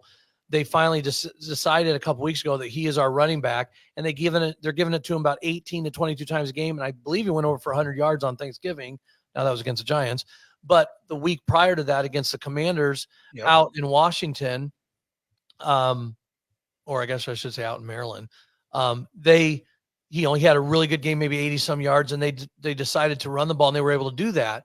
But with the Cowboys, I'm not a big Eagles fan, obviously. We're not catching them. We're not catching the Commanders. Maybe we can get that third playoff spot. I doubt it, but I'm not a guy that wants our guys to tank and get a good draft pick. I want our guys to win every game. And tomorrow night we've got the Bengals, and Burrow is going to be a problem for our defense, that's for sure. But they're not playing that well either. So we'll see. But yeah, that's kind of what I think of the Cowboys. And I know a lot of people hate the Cowboys. I think Stinda might be asking this question too, but sorry if I stole it, Stinda. No, go for it, man. Mike McCarthy? Or no? I am not a fan of Mike McCarthy. I have not been a fan. Right. And honestly, it was one of his first years when the Cowboys were, when the Cowboys were out in LA playing the San Diego Chargers. I feel over the years he wastes so many timeouts. And one of the reasons he gave in a post-game interview after the Chargers game that he had to waste a timeout because he couldn't find where the play clocks were in the stadium. Now, maybe that's true, but don't admit that. Yeah. There's times where he has challenged plays that he doesn't need to challenge. My son and I were actually down in Dallas a couple Christmases ago for a game. And in that particular game, they're playing the Arizona Cardinals. And late in that game, we were making a comeback because we had gotten down and we're making a comeback, and they clearly fumble the ball, but we don't have any timeouts left to challenge it. And we get the ball back, kick a field goal, we win the game. But just things like that. I think game management is not good. I don't think offensively, you see like Detroit with all their shifts and motions and stuff. The Cowboys don't do a lot of that. And that's a little frustrating to me. But again, I love them. I'm going to ride or die with them, so yeah. Well, hopefully they can win tomorrow night and get to 6-7. Yeah. We'll see. So so I'm going to go back to before signing Dak to that $60 million contract. Yep. So, Mark Schlereth used to play offensive lineman for the Denver Broncos. Yep. Yeah. I listened to him the other day. He's on something and he talks about Jerry Jones and he says, that organization will never win again until they get rid of him. Now, again, I don't know what goes into being an owner and all those different things. I think his antics sometimes, I feel like he wants the spotlight. Yep. Takes it away from the players, coaching. But, you're talking about the running game. Like you said, when Dak came in with Zeke Elliott, they were elite then. I mean, they were a top tier team when they had Zeke in his prime, Dak. Who's the guy, who they should have gotten? And he was, that was talked about in the offseason. Why didn't they go get Derrick Henry? They should have got Derrick Henry and then signed Dak to pay him $30 million a year, whatever. But Jerry Jones, what does he say? Well, there was, you know what? I would have loved to have Derrick Henry, but there was no money. Right. I'm like, you could have had. Imagine if he had Derrick Henry. Well, and all these teams find money. You know, yeah. I believe that, and you know, Dak will. I'm assuming at the end of this year he's going to restructure his deal, so he's going to make it either more years, or I don't know how they do it to finagle the numbers so they can get under the cap and sign some guys, and they could have done that. They could have signed Dak earlier and CD earlier for probably a little bit less money, sure, and had room for Derrick Henry, but that was the big thing right there. They didn't have him. Now, wide receiver wise, the Brandon Cooks is a pretty good number 2. He's not great, but he's a good number 2. But when he was out and it was only CD, everybody's doubling him, and these other receivers, they just can't get open. They can catch a ball, but they just can't get open. And then Dak's trying to fit in these windows, which that's not his specialty. He's not extremely accurate, but he is at times, but he's just not going to be over the long haul of 16 games. And so when you got guys that can't get open and you don't have a run game and he's trying to be perfect, and then he throws a pick and everybody's on him because he's a Dallas Cowboy quarterback, and I understand that. But I don't think Dak is the problem. I truly don't. And I know people think he is, but I don't. I think the problem is everything around him. But again, I'm a Cowboys fan, and I like Dak's story, and I think he's a good dude first and foremost. I think he's a pretty darn good quarterback as well. Sure. Yeah. I agree. I think he is. I'm with you on the, like I said, wide receiver CeeDee Lamb. I just think that running back situation to kind of get them over that hump, man, that would have been, and I get paying. I still don't get. I'm not a big fan of the big contracts. Right. You know, look at Trevor Lawrence. But these guys, I mean, the next quarterback is going to get paid. He's going to be the highest paid. It's just, that's the way it goes. And you're just kind of, you know, you're a hostage to it, I guess. I don't know. Yep. Yeah. And I don't think there is really a salary cap in the NFL, but you know, right. Whatever. Yeah. Or then the luxury tax or whatever all that crap is. But yeah. Well, all right. Good talk on the Cowboys there. Yeah. I knew you'd get into that. Let's ask lower some officiating questions, because sure. I think this might be a little interesting. So just I guess I know you mentioned, you said like 30 years roughly officiating. Yeah. I guess so you do only basketball, you don't do any other officiating. So I've always, because when I coach basketball, obviously you can hear the crowd and the people in the stands, but how do you as an official like block that out? Like how do you block out those fans that are complaining about every call or yelling at you in particular about a call you made? And I know obviously you're not supposed to respond to the fans or acknowledge them, but how do you try to block that out? I think one, experience is the biggest thing. And I don't know. I've always been a very, very patient person, and stuff like that doesn't bother me. Like I don't care honestly, I don't really care what anybody says when I'm out there reffing at me. I don't care, because the one thing when referees say I didn't hear that, that's, I think, kind of a fib. Yeah. I always say I hear everything. I just respond to nothing. And I'm also not the type of guy that if a coach is yelling 3 seconds in the lane, I'm not going to call it, or I'm not going to say to myself, well, I'm not calling that because he's telling me to call it. Yeah. You just got to call your game. But, you know, there are officials that will react to fans, or talk back and forth. And that's, to me, never a good idea, because it's never going to end well. Right. So I think you just keep your back to the fans and just call the best game you can. And over time, you will become numb to all that noise, both from the fans and even the coaches, really, to be honest with you. Yeah. Speaking of that, I remember when I coached in Fulton, and it was Mark Rinkus. Yep. And I won't name the official because I just won't, because I know you know him and I do too. But he was complaining about a call or the calls, and it was during a timeout.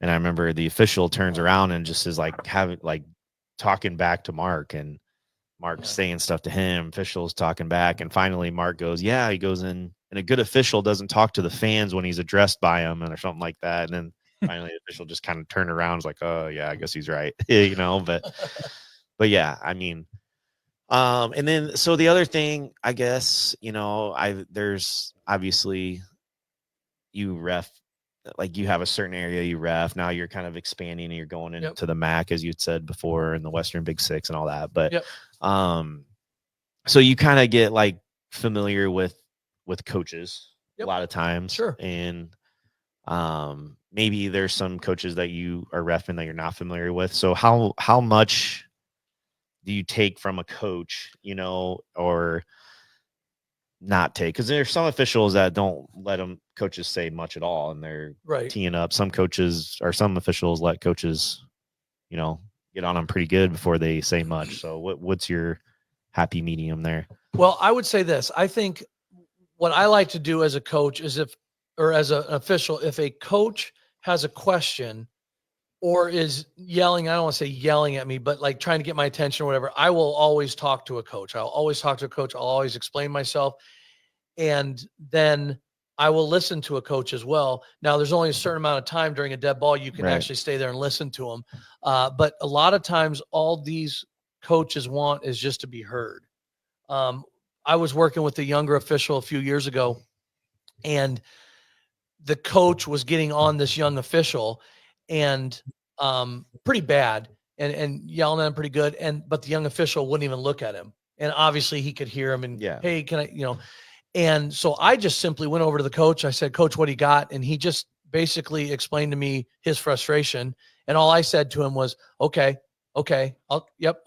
And I just walked away, and all he wanted to do was be heard. And he was quiet pretty much the rest of the time. But I think, having some people skills that way. And I'm not saying I have a lot of people skills, because I'm not really probably good. I'm not very social at all. Yeah. You know that. Yeah. But in that type of circumstance, I think if the coach knows you're listening, that's half the battle. If he knows or thinks that you don't care or that you're not listening to him, then that gets them even more riled up. But, for me, what it takes, did you say what it takes to get a technical, or what it takes? No, just what like I take? Yeah. I mean, how much do you take from a coach before you're? Honestly, probably more than I should, I guess.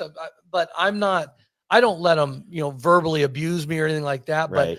But, and I'm not a big giving them the stop sign or warning them. To me, it's either a technical or it's not. Yeah. And some people will say like, well, why, what causes you to give a technical? I don't really have a good answer. I don't know. It just happens, to be honest with you. But yeah, I've never had real issues with any coaches in particular. There's some coaches, that you're going to have to explain every single call or this and that, but you just try to keep those conversations short and sweet and get out of there. And I think most coaches know that myself and the crew that I'm on, we're there for the kids. We're there to call a game, and we're there to have the best team that night win. Yeah. Basically. Within the rules. Right. Yeah. Right. Yeah, that'd be tough, man. I would not want to officiate. It's a thankless job, I think. Yeah, it kind of is, but I love it. I've loved it since day one. I mean, I would go to the Armory building in Monmouth, Illinois, and ref fifth grade girls from 8 a.m. till 5 p.m. for like $100. And I loved it then. And that's really where you get most of the verbal abuse, those kind of things. But I've always enjoyed it. I liked being on the court. And reffing. I really enjoy it. Tanner Weber is asking some questions too here. He says, you probably don't know the number, but he's like, how many tees have you dished out? Well, it's funny. I've only had like 8 games. I've already got one this year, and I don't, really? I've gone, I give out probably, I would say definitely less than 5 a year. Cause really? I think myself and the crew I'm on is established enough. Kids know what they can and can't do. Coaches know what they can and can't do. And again, I'm more apt to talk to or whatever than to give a technical. But again, sometimes you have to. Right. But yeah, I'm not one of those tea happy guys, or some of these officials, they like to say, hey, I've given out 25 this year or 3 last night. And but I'm not like that. I just want to ref games, get out. I think, and this is kind of a cliche, but I think the best thing that could happen. Well, here's a quick story, and this is what I'm talking about. Is I had a game down the Quad Cities. I had Moline and Rock Island, and I took one of my assistant coaches with me, and we did the game, and then we went to Buffalo Wild Wings after the game, and we were in line with kids that were playing in that game. So 45 minutes prior to that, I'm on the court giving them the ball for free throws and stuff. And I talked to them and I said, how'd your game go tonight? And they had no clue that I was the referee for that game. Oh my gosh. And that's the best part though. Yeah, they didn't know. yeah. So you go unnoticed, and that's funny. Yeah. But the guy I was with was like, they didn't even know. I go, no, they didn't. They didn't even recognize that I was the guy calling the fouls. That's wild. Yeah. But that's like a compliment, I guess. Yeah, that's true. Yep. Speaking of technicals, do you have like you don't have to share the coach or the team, but do you have like a most memorable or best technical you've ever given, or what was said maybe to you, or like the worst thing said to you to grant a technical? Not really. Really? Not really. The one I remember is I showed up to a school to ref with two guys, and they were less experienced than myself. And so when we were talking and doing a pregame, the one guy, he goes, do you remember me? And I'm like, no, I don't. And he said, you teed me up. And so I was working a guy that used to coach that's now an official. I teed him up, and I'm like, and I don't even remember now when it was or anything, but I don't know. That's kind of a funny story, but I don't feel like I have any bad relationships with coaches. I think, again, what I hope is when I walk out on the court, I hope coaches see me and go, oh, hey, we're going to be okay tonight. One of those things. Oh, we got that guy, or this crew's in town. This will be a good game. But you just try to work as hard as you can and call the best game. And another thing too, is it's okay to admit to a coach, in my opinion, it's okay to admit to a coach that you may not have seen that, or you may have gotten that wrong. Cause I think they respect that. As a football coach, when an official will tell me that, what else can you say? Right. If they say, you know what, I think I made a mistake. Yeah, we know. You can't say really anything to that or keep arguing. I know you did. That's why I'm yelling at you. Yep. But no,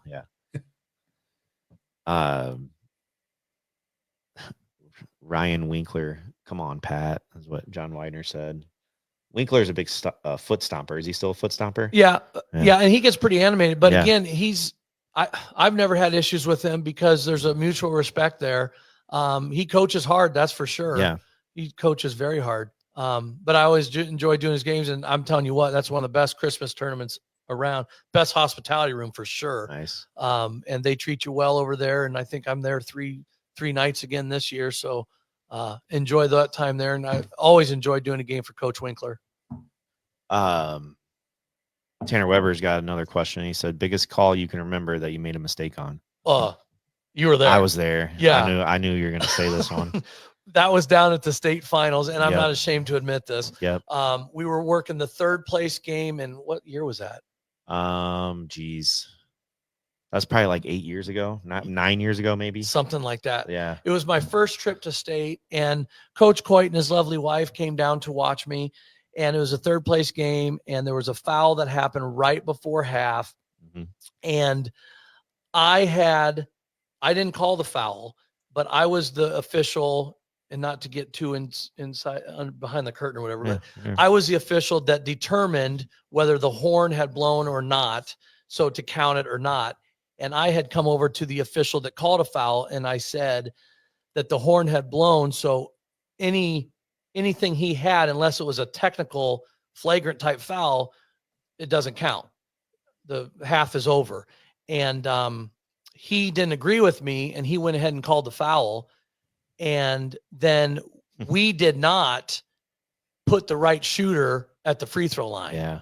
And we were booed by almost 11,000 people as we left. Now, thank goodness it was only a third place game. It was not good. And thank goodness it was on TV, because while we're at halftime, we got to see on the monitor who was fouled. Yeah. And so we came back out, and it wasn't exactly how you were supposed to do it, but we did it this way. We had that kid then shoot the 3 free throws because it was on a 3. And then I didn't have, I mean, it's not like the team won or lost by 2 or 3 or something like that. And it was a third place game, but it was just, and it probably even wasn't even something that people even think about today, but it's something I will never forget ever. And, but it's something that happened. But again, you have to own up to your mistakes and, you know, and you're out there as a crew. So I say we screwed that up. And that was very embarrassing at the time. And that hung with me for a while mentally. But you know, that's been 9 years now. And I was fortunate enough to go down 2 more times and work a state championship game, and be the referee for it, which was nice and cool. So overall great experience, but that was, you know, it's great if you do it in a gym when there's only 40 people there and it's a blowout, but that was the state finals in front of 10 or 11,000 people. And I felt bad for Coach Coit and his wife. Because, but the thing with that though, I didn't really booing. That was bad. And we were, who was that? Was it Rockridge? One of the teams in that? Rockridge was a team. Yeah. But, so we were by some of those fans and they were just like ruthlessly yelling at obviously you as because they knew me because they're some from of them the area. might have, but there was one fan that was not saying nice things, and we're sitting by your wife and your kids. Yes. I remember my wife Shelby finally looks back at this dude and is like, one of these officials' families is sitting right here. Can you please stop and shut up? Like, it was getting that bad. Like, they might have made a mistake, but really, first of all, it was a third place game, so is it that big of a deal? You know, like, I mean, right. But yeah, it was, and it shouldn't happen. And it shouldn't have happened. We had poor communication as a crew. And the guy who called it, he should have had a number of who the player was. He didn't, and we didn't, because again, as soon as that horn blew, I knew whatever we had was nothing. And most of the times, I shouldn't say most of the time, 99.9% of the times, when that official comes over and says, hey, everything's after the horn, let's go to half, then the guy who had the foul says, okay, boom, he blows his whistle and we're going to half. But it just didn't happen that way. And it was unfortunate, but, and on the stage it was on, but I think it honestly probably made me a better official after that. It sure made me appreciate, what I got to do the next couple of years going back down there. That was awesome. Yeah, but sorry for you guys having to live through that up there, because that's the roughest part, having to sit up there. And my kids. Well, and my wife. It's tough when it's your kids and wife, and I remember Shelby and I was like, oh, okay. Yeah, that was interesting. Y'all better run. So that was definitely was whatever the question was. That was definitely by far the biggest blooper. I got to witness that. I had, yeah. Stendo, you got any officiating questions for Lower? No, I just never want to do it. I did it once in college at the Erickson Center. Ooh. And I was supposed to be ruthless there. And this was the men's league. Oh, geez. That's got to be rough. So I was 18. Oh. And I'm in like my first semester of college. And I was like, hey, I'll do it. Like, yeah, why not? And I was supposed to do 3 games. I only did 2. I left after the end of the second game. Because in the second game, there were 2 guys that legitimately they wanted to fight me. Yeah. Like they were legit coming after me. And I was like, and like one of the other guys refereed, like he had step in, and I was like, I'm going to get my ass kicked. Like literally. Yeah. Like these dudes are old dudes, and they were going at it. And I never again. I was like, nope, not ever doing that again. Yeah. I don't think I could ever be an official either. It does not interest me at all. Even like if I ever stop coaching or when I retire, no, I'm not doing that. Yeah, I don't. And again, I remember as a little kid going to high school basketball games, and I would watch the officials. Like I thought I was that little guy that sat across from the scorer's table at midcourt and was hoping that the referee would let me hold the ball at a timeout. You know, and I don't know. I always thought I was going to do that. And I did. As soon as I got to college and I was 18, I got my license and had no clue how to get games or whatever. But I just fell in love with it. I love it. Yeah. Yeah. I'm not coaching high school anymore. I'm coaching Knox's 4th grade team and 7th and 8th grade basketball Comanche. But we need like more younger officials to step in and try to get it. And I know it's hard. Some people are scared away by some of what people and fans kind of say to officials now, but Brett Swab, he was reffing a Comanche game, Comanche varsity game. He does some college games too. He's a 24-year-old kid, went to Comanche, then transferred to Eastland. He ended up graduating from there, and he's doing games. This Caden Allen, who's a senior in high school right now, is doing a bunch of youth tournaments. He reffed our 4th grade scrimmage today. He's a senior right now, and yeah, it's nice to see those guys get into it. And Mrs. Skipper's son. Okay. Cole Skipper. Okay. Her youngest son is a student in Illinois State, but he's got his license. This is his 2nd year, I believe, as a basketball official. So there's some of them. There's not a lot. Well, but there's some. Another official that did our game, 4th grade game today, was Chase Christensen. He's a Northeast kid, senior too, and he did a nice job. So, yeah, I mean, young officials, bring them in. Cinda, go get your license. Come back to it, man. Well, and I think too, some of the biggest misconceptions with officials, at least the ones I've worked with over the years, and there's been quite a few, like when we come to a game, we don't really care. We obviously don't care who wins. And some, obviously fans think you do, or coaches think they're getting the screw job or whatever. I've never worked with an official that has in the pregame said, I'm out to get, there's no way this team is winning tonight or anything like that. And I've worked with some that are very arrogant and you would think are like that, are going to do that. But I've never really witnessed it. I've never thought to myself, why did he call that on that kid? Because that wasn't a foul. Never in my 31 years of it. So we don't have a preference of who wins, that's for sure. And then a lot of times too, going back to what the crowd says a lot of the crowd think they know, but they don't know the rules. Like they think they do.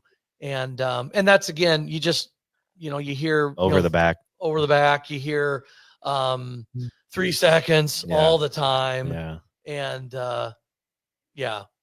so they don't really know exactly what it is. And some of the coaches don't either. And I will admit, as a football coach, I probably don't know all the rules. No, there's a lot. And when a coach tells me something or an official tells me something, I'm like, okay, I believe you. But we definitely need more officials. I'm sure Iowa needs them as much as Illinois. Oh yeah. And in all sports, really, not just basketball. Yeah. Oh, you also, so real quick, another officiating question. So you do college as well.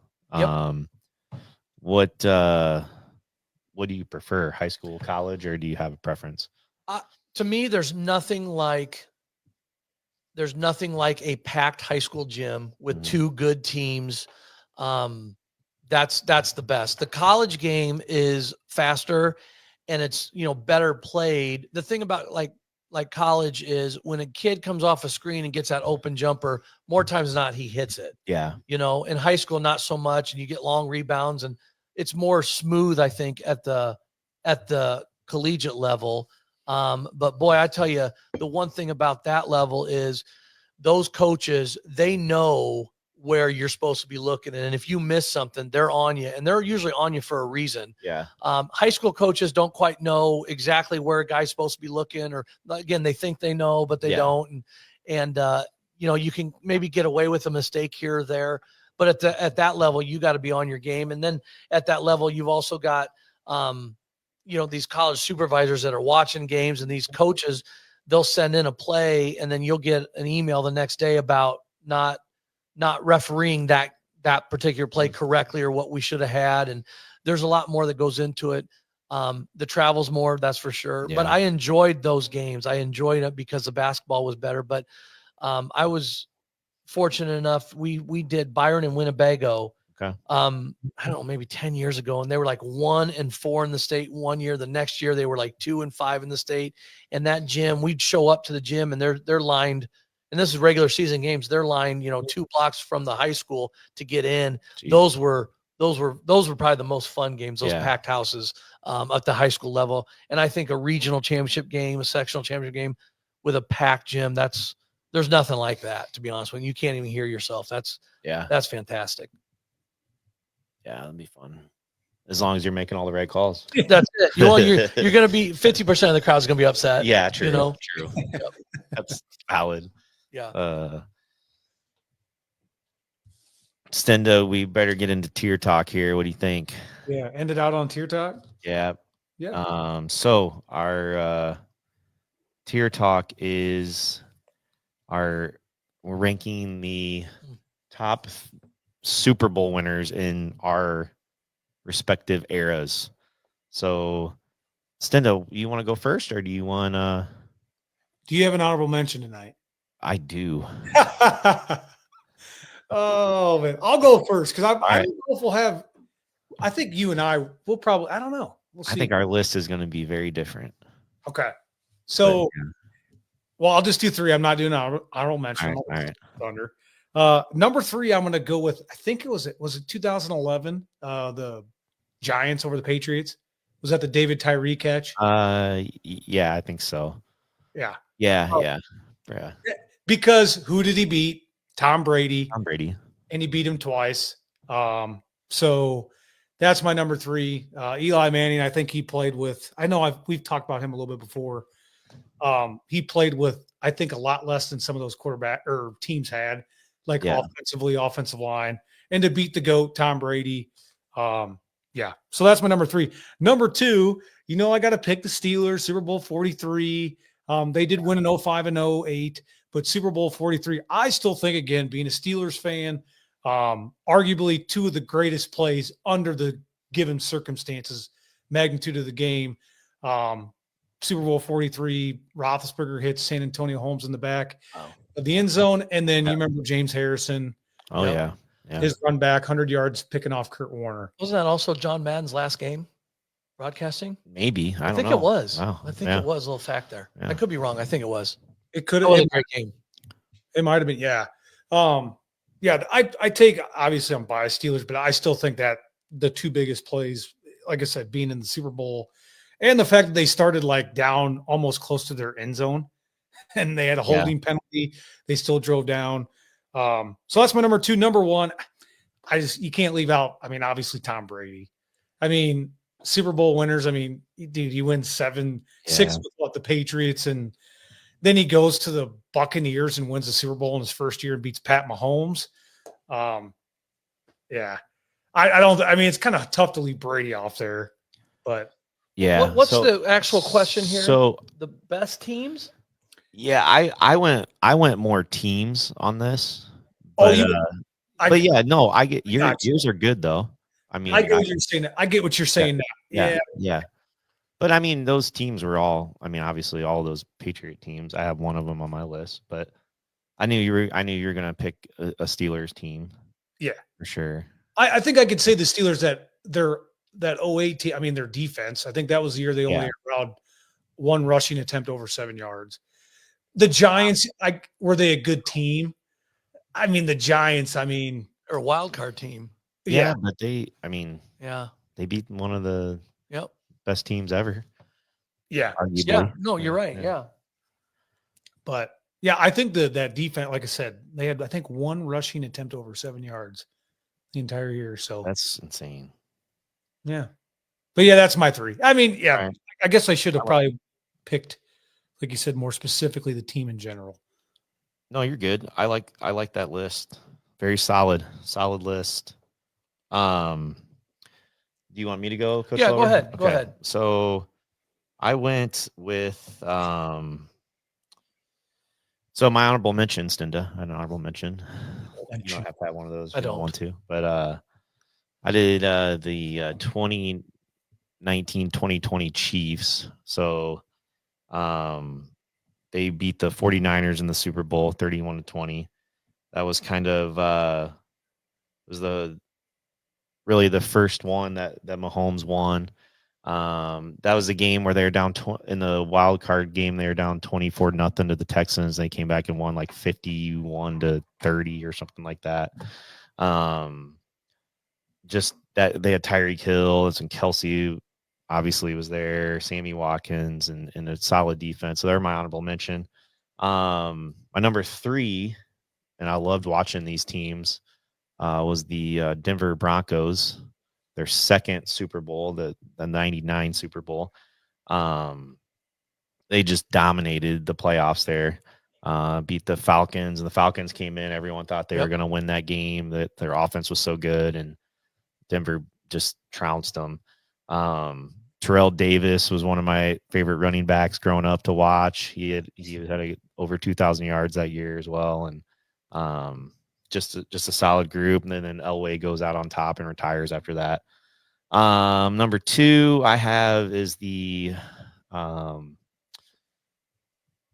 Patriots. I can't remember the Super Bowl number, but when they came back and beat the Falcons in the Super Bowl, the 17 Super Bowl. But obviously everyone knows they're down 28-3. They come back, win that game.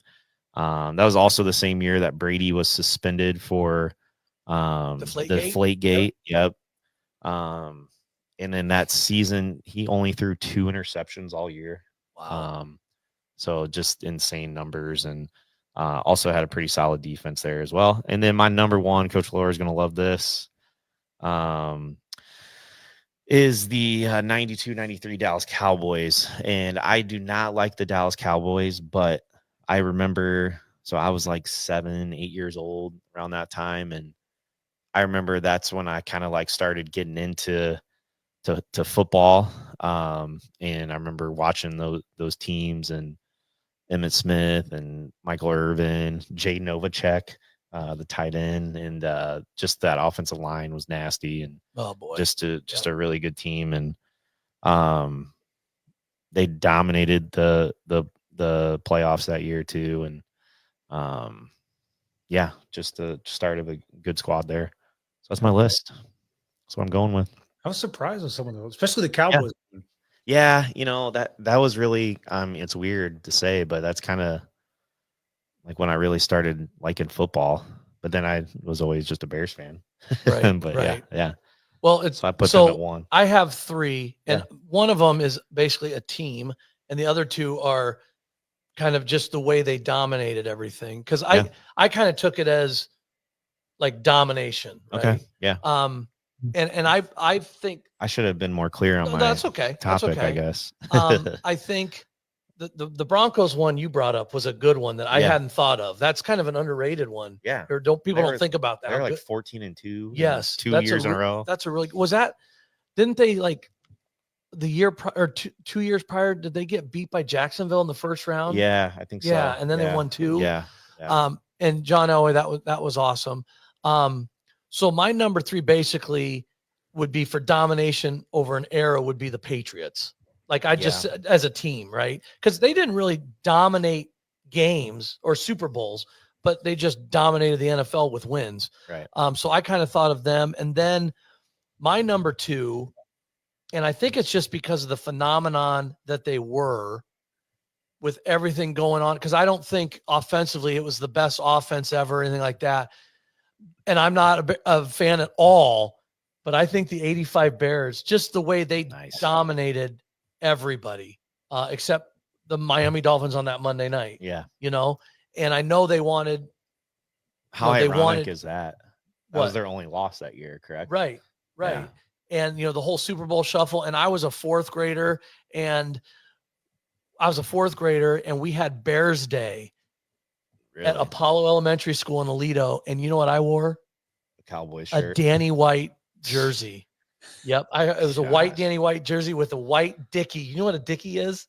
It's like a a long underwear thing, right? Yeah. No, it just goes right here. Okay.